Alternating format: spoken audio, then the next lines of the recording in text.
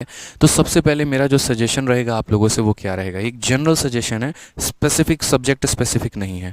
पहला जो मेरा सजेशन है मेरे भाई वो कंसिस्टेंसी एंड रेगुलरिटी है। जो मैंने काम किया था वो मैंने ये किया था कि एक पेपर में मैंने लिख लिया था मेरे पास कितने दिन बचे हैं। जैसे मान लीजिए मेरे पास 100 दिन बचे हैं, तो मैंने क्या किया कि पेपर में लिख के रख लिया 100 दिन उल्टी गिनती में, 100, 99, 98, 97 ऐसे करके। और जैसे जैसे एक एक दिन बीतता था ना, तो मैं अपनी लाइब्रेरी में वो पॉइंट काट देता था कि भाई एक दिन तो निकल गया, अब अगला दिन। उससे क्या होता है ना, थोड़ा बहुत अगर आप इधर उधर भटक भी रहे होते हैं तो वो एनालाइज करवाते रहता है आपको कि भाई देखो इतने ही दिन बचे हैं, आप कायदे से पढ़ लो, इतने ही दिन बचे हैं, आप कायदे से पढ़ लो। तो वो एक बड़ा ज़रूरी सा हो जाता है वहाँ पर। ठीक है, तो आप कंसिस्टेंसी और रेगुलरिटी उस चीज़ को बना के थोड़ा सा रखिए। कई बार आपका बॉडी अलाउ नहीं करेगा कि यार है ना आज थोड़ा मन नहीं कर रहा, घर चले जाते हैं, रूम पे चले जाते हैं, या फिर थोड़ा सा लेट लेते हैं। देखो अभी का लेटना बहुत ज़्यादा नुकसान करेगा। प्री देने के बाद लेट जाना क्या दिक्कत है, मेज़ देने के बाद थोड़ा मूवी देख लेना, सारे वेब सीरीज़ को आने दो, लोड होने दो, रख लो पार्ट में, कोई दिक्कत की बात नहीं, बाद में निपटा लेंगे यार। ठीक है, तो अभी जो है ना वेब सीरीज़ निपटाने के बेहतर है कि इकोनॉमिक्स को निपटा लो, कैलकुलेशन की सीरीज़ निपटा लो, जो हम लोग यूट्यूब पर करा रहे हैं वो निपटा लो बस। लेकिन अभी यहाँ पर जो है कंसिस्टेंसी और रेगुलरिटी मेंटेन करके रखो। उसके बाद डेली हो गया, वीकली हो गया, और मंथली अपना टारगेट सेट करो। अब डेली वीकली मंथली टारगेट बड़ा ज़बरदस्त टारगेट है, मैं समझाता हूँ। जैसे मानो कि ये हो जाता था, या तो आज रात मैं कल सुबह पूरे दिन में क्या करने वाला हूँ मैंने उसका टारगेट बना लिया। या फिर जैसे मान लीजिए कि सुबह सुबह मैं उठाऊँ तो मैंने सुबह सुबह ही डिसाइड कर लिया कि आज मुझे इंग्लिश में इतना पढ़ना है, रीजनिंग में इतना पढ़ना है, जीएस में इतना पढ़ना है, वोकैब में इतना पढ़ना है। और इस तरीके से मेरा ये टारगेट है कि हाँ 50-50-50 क्वेश्चंस लगाने हैं। कई लोग ऐसा भी करते हैं कि 5-5 दिन तक मैथ ही पढ़ रहे हैं और फिर उसके बाद तब इंग्लिश पर आ रहे हैं। ये सबसे बड़ी गलती है। कारण बताते हैं, एक हफ्ते तक आप सिर्फ मैथ पर फोकस कर रहे हो ना, या एक हफ्ते छोड़ो 3 दिन तक भी फोकस कर रहे हो और उसके बाद किसी और सब्जेक्ट पर फोकस ही नहीं कर रहे, तो फिर जब दूसरे सब्जेक्ट पर जाओगे ना, पहला पूरा नीलबट्टे सन्नाटा हो जाएगा। क्योंकि जब जब मैथ पढ़ रहे हो ना तो मैथ ही पढ़ रहे हो, फिर कुछ और नहीं पढ़ रहे, और कुछ और पढ़ने जा रहे हो तो फिर मैथ भी नहीं पढ़ रहे। तो अपने दिन को सारे सब्जेक्ट में बांटना शुरू करो, वो बहुत ज़रूरी है। हम लोग मॉक इसीलिए देते हैं क्योंकि हम चारों सब्जेक्ट के चैनलाइज हो सकें। ठीक है, तो ये बड़ा ज़रूरी हो जाता है। तो अपना डेली भी एक टारगेट रखो, वीकली भी एक टारगेट रखो, मंथली भी एक टारगेट रखो। मैं कभी नहीं कह रहा हूँ कि टारगेट पूरा होगा ही होगा, और इस बात पे कभी अपने आप को गाली भी मत देना। कई लोगों की बड़ी आदत हो जाती है, पता है क्या, अपने आप को चमेट लगाना शुरू कर देंगे, बोलना शुरू कर देंगे, मतलब ठीक है यार, सेल्फ रिस्पेक्ट रखो उस चीज़ की। क्यों बोलना और गाली देना शुरू कर देंगे। टारगेट बनाया, कंप्लीट ही नहीं हुआ। अब टारगेट ऐसा भी मत बना दो यहाँ पे कि जो ना आपसे और ना आपके फ्यूचर जनरेशन किसी से वो पॉसिबल ही नहीं हो पाए। मतलब आप पता है टारगेट भी ऐसे बना लोगे जैसे मानो एक हफ्ते में 7 चैप्टर खत्म मैथ के।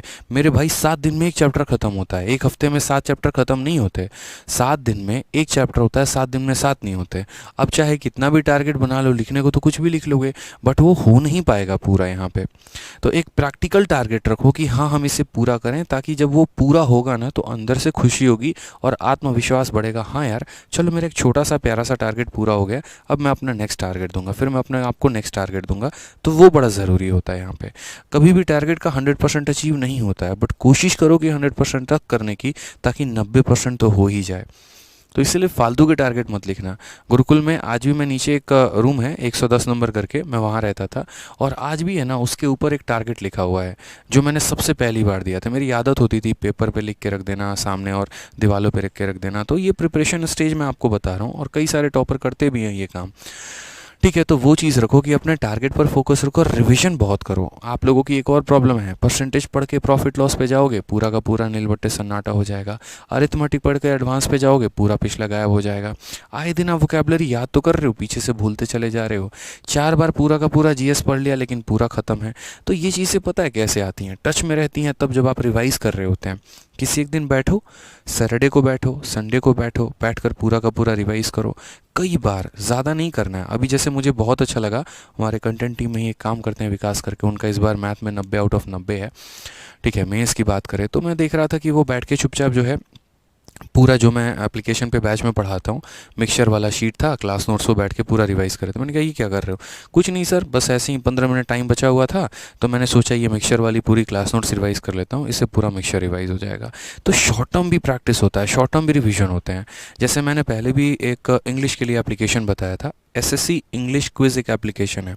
अक्सर क्या होता था कि जैसे ऑटो में हम लाइब्रेरी जा रहे हैं, ऑटो से वापस आ रहे हैं, ठीक है, तो मैंने वहाँ पर क्या किया कि इस एप्लीकेशन को डाउनलोड कर लिया। अब 10 से 15 मिनट जैसे मानो मुझे मिले तो मैंने इसके अंदर सिनोनिम्स की प्रैक्टिस कर ली, एंटोनिम की प्रैक्टिस कर ली, यहाँ पे वोकैब की और ज़्यादा प्रैक्टिस हो गई। फ्री में मिल रही हैं चीज़ें तो एक्यूमुलेट करो। एक ऑनलाइन तैयारी करके एप्लीकेशन था, वो ऑनलाइन तैयारी एप्लीकेशन पर करंट अफेयर बहुत ज़्यादा मिलता था, तो मैंने क्या किया कि वहाँ पर जो है फ्री में करंट अफेयर वहाँ से तैयारी करना शुरू कर दी। जो हमारा आरजी विक्रमजीत एप्लीकेशन है, हमारे आरजी विक्रमजीत एप्लीकेशन पे शायद आपको पता नहीं है, करंट अफेयर की डेली पीडीएफ डलती है। आप एप्लीकेशन को डाउनलोड करो और एप्लीकेशन से वहाँ से जो है डेली का डेली करंट अफेयर पढ़ो वहाँ पे। मान लो किसी को प्रैक्टिस करने की आदत है, किसी को पढ़ने की आदत है, तो मैगज़ीन हम प्रोवाइड करवा लेते हैं, वहाँ से पढ़ लिया करो। तो ये छोटी छोटी चीज़ें ध्यान रखो, ठीक है। जहाँ से जो सोर्सेस मिले फॉलो अप किया करो। कई ऐसे वेबसाइट्स को आप अपने फॉलो करके रखा करो। जैसे हमारे आरजी विक्रमजीत एप्लीकेशन पर ही अगर बात करें तो मैथ का, रीजनिंग का, इंग्लिश का, जीएस का मेरा ही आइडिया था, हमारी पूरी टीम का आइडिया था कि हम बच्चों को कुछ क्विज़ देते हैं ताकि है ना डेली में आधा घंटा निकाल के वो क्विज़ दे पाएँ। तो क्विज़ देने की कोशिश किया करो, मिनी क्विज़ हो गए। और भी कहीं पर भी आप अदर अदर स्टफ्स भी पिकअप कर सकते हैं, इंटरनेट से भी हो गया, कहीं से भी हो गया। तो वो थोड़ा सा ध्यान रखें कि रिवीजन बहुत इंपॉर्टेंट है। कम से कम हम वोकैब प्रैक्टिस कर रहे हैं, वोकैब पढ़ रहे हैं तो वोकैब को तो रिवाइज़ कर ही लें। जीएस पढ़ रहे हैं तो जीएस को तो रिवाइज़ कर ही लें मेरे भाई, यहाँ पे वो बहुत ज़रूरी है। थोड़ा सा ये डिजिटल डिस्ट्रैक्शन भी रखो मेरे भाई, ये बहुत ज़रूरी है। आज के समय में क्या है कि आप अपने गोल को तो महत्व दे रहे हैं लेकिन उससे कई गुना ज़्यादा मनोरंजन को महत्व दे रहे हैं, वो बहुत गलत है। तो डिजिटल डिस्ट्रैक्शन से थोड़ा सा आप भी बच के रखो, इससे कोई मतलब नहीं है।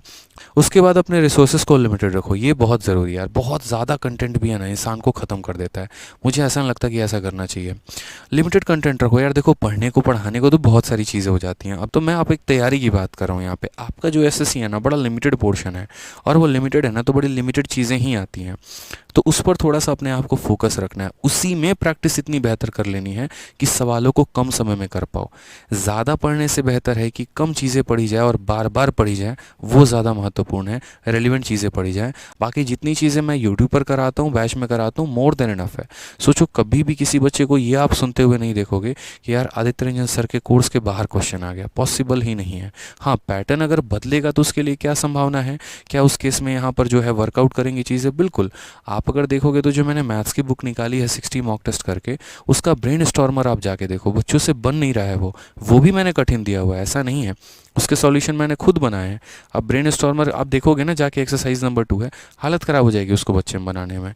तो हर तरीके से मुझे लेके चलना होता है। यूट्यूब जैसा प्लेटफॉर्म है तो वहाँ उस अकॉर्डिंग कराना होता है, और आपका जो एप्लीकेशन है वहाँ उस अकॉर्डिंग होता है। जैसे बुक जब मैं दे रहा हूँ तो बुक में मैं ये कोशिश करता हूँ कि ईजी भी रहे, मॉडरेट भी रहे और टफ से टफ भी रहे यहाँ पर, ताकि आप ईजी से ईजी सिचुएशन के लिए भी प्रिपेयर हो पाएँ और टफ से टफ के लिए भी हो पाएँ। तो यहाँ पर भी सेम काम करने हैं। आपको लेटेस्ट प्रीवियस ईयर क्वेश्चंस को जितनी बार हो सके उतनी बार आपको प्रैक्टिस करनी है। फिर उसके बाद मैंने यहाँ पर आपसे ये कहा कि इंपॉर्टेंट कंसेप्ट का मल्टीपल रिवीजन करें और कैलकुलेशन पर स्पेशल ध्यान दें। ये आप लोग गलती कर बैठते हैं, कैलकुलेशन पर फोकस ही नहीं करते हैं यार। ये है ना, ऐसा मत क्या करो। आप समझो इस समय जितने भी चैप्टर हैं आपके, चाहे आप सीआई की बात कर लीजिए, एसआई की बात कर लीजिए, एवरेज की बात कर लीजिए, रेशियो की बात कर लीजिए, हर जगह कैलकुलेशन इन्वॉल्व है। और फिर आप बोलते हैं सर कैसे करें? अरे यार 30 तक का टेबल याद करो, ठीक है, 30 तक का स्क्वायर याद करो, 30 तक का क्यूब याद करो। कुछ नहीं मिले तो सुबह सुबह यहाँ पर जो है वो 2 अंकों को 2 अंकों के साथ भिड़ाना शुरू करो, 3 अंकों को 3 अंकों के साथ भिड़ाना शुरू करो। कुछ मेंटल कैलकुलेशंस करो मेरे भाई, कुछ ऑन पेपर कैलकुलेशन करो, कितना सही हो जाएगा यहाँ पे बताओ। और ज़्यादा नहीं देना है, मात्र सुबह के आधे घंटे देने हैं बस। आधे घंटे भी छोड़ो, 15 मिनट भी अगर डेली देना सीख गए ना तो बहुत हो जाएगा। आदत क्या होती है, मॉक टेस्ट में तुरंत कैलकुलेटर निकाल लोगे, फिर वहीं तुम्हारा जीवन खराब हो जाता है। क्या फ़ायदा पूरा क्वेश्चन करने का जब आपका कैलकुलेशन हो ही नहीं रहा है टाइम पर? तो फ़ायदा ही नहीं ना। तो वो सीखिए आप यहाँ पर, ठीक है। तीसरा यहाँ पर ये जो मैं सबसे इंपॉर्टेंट बात बोलूँगा और इस चीज़ के फेवर में मैं शुरू से रहा हूँ और आगे भी रहूँगा, कि मॉक टेस्ट रेगुलर देना है और उसकी मेरे भाई डिटेल में एनालिसिस करनी है। आप मॉक टेस्ट को हल्के में लेके मत जाइए। पूरे दिन में अगर आपकी अच्छी तैयारी है तो पूरे दिन में एक मॉक टेस्ट दे सकते हैं। थोड़ी कम अच्छी तैयारी है तो ऑल्टरनेट डे पर मॉक टेस्ट दे सकते हैं।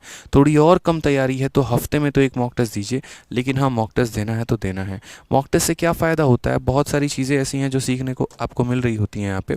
ठीक है, ठीक है। जैसे मान लीजिए कि जीएस में गलती हो गया तो मॉक टेस्ट आपको ये बताते रहते हैं मेरे भाई कि आपको उस चीज़ को कितनी बार और प्रिपेयर करके चलना है।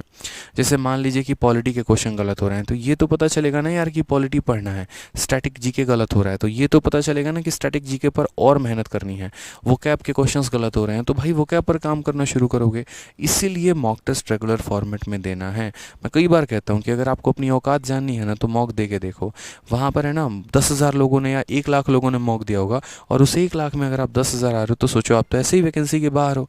अगर एक प्लेटफॉर्म में आपका रैंक 10,000 है तो सारे प्लेटफॉर्म को मिला दिया जाए तो आप कहाँ पर स्टैंड अप करेंगे। तो वो बहुत ज़रूरी है आपको यहाँ पर अपने आप को थोड़ा सा उस फॉर्मेट में लेके आना।